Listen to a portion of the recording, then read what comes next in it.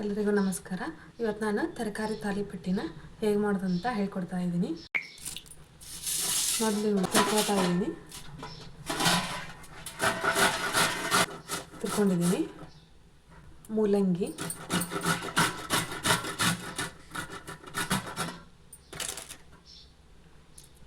Carrot,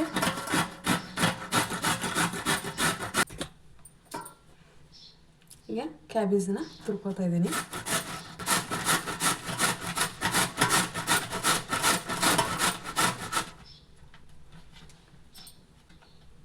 ಹೀಗೆ ಎಲ್ಲ ತರಕಾರಿಯನ್ನು ತುರ್ಕೊಂಡು ಸಣ್ಣಗೆ ಹೆಚ್ಚಿದ ಈರುಳ್ಳಿನ ಹಾಕ್ತಾಯಿದ್ದೀನಿ. ಟೊಮೆಟೊನ ಸಣ್ಣಗೆ ಹೆಚ್ಚಿ ಹಾಕ್ತಾಯಿದ್ದೀನಿ. 1 ಕಪ್ ಗೋಧಿ ಹಿಟ್ಟು, ಅರ್ಧ ಕಪ್ ಅಕ್ಕಿ ಹಿಟ್ಟು, ಅರ್ಧ ಕಪ್ ಕಡಲೆಬೇಳೆ ಹಿಟ್ಟು, ಇವನ್ನ ಚೆನ್ನಾಗಿ ಮಿಕ್ಸ್ ಮಾಡಬೇಕು. ಹಸಿ ಖಾರದ ಪೇಸ್ಟನ್ನು ಹಾಕ್ತಾಯಿದ್ದೀನಿ. ರುಚಿಗೆ ತಕ್ಕಷ್ಟು ಉಪ್ಪು, 1 ಟೀ ಸ್ಪೂನ್ ಅರಿಶಿಣ ಹಾಕ್ತಾಯಿದ್ದೀನಿ. ಜೀರಿಗೆ.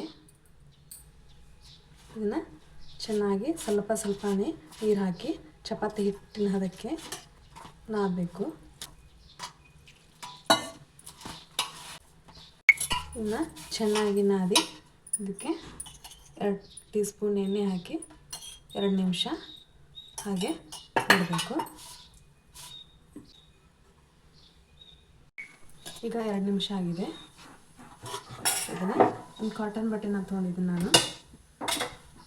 ಇದಕ್ಕೆ ಸ್ವಲ್ಪ ನೀರು ಹಚ್ಚಿ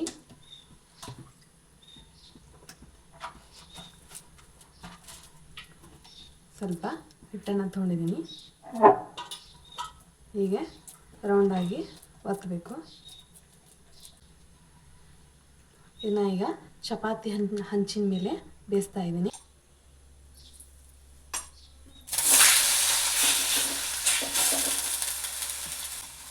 ಈಗ ರೌಂಡಾಗಿ ಎಣ್ಣೆನ ಹಾಕಿ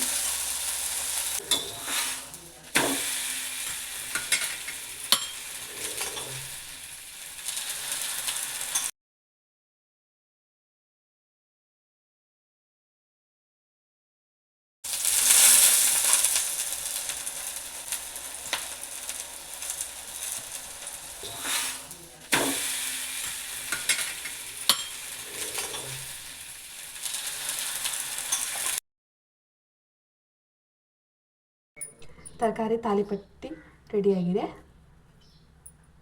ಆರೋಗ್ಯಕ್ಕೂ ತುಂಬ ಒಳ್ಳೆಯದಿದು. ಈಗ ನೋಡಿ ಎಷ್ಟು ಸಾಫ್ಟಾಗಿ ಬಂದಿದೆ. ರುಚಿನೂ ಕೂಡ ತುಂಬ ಚೆನ್ನಾಗಿದೆ.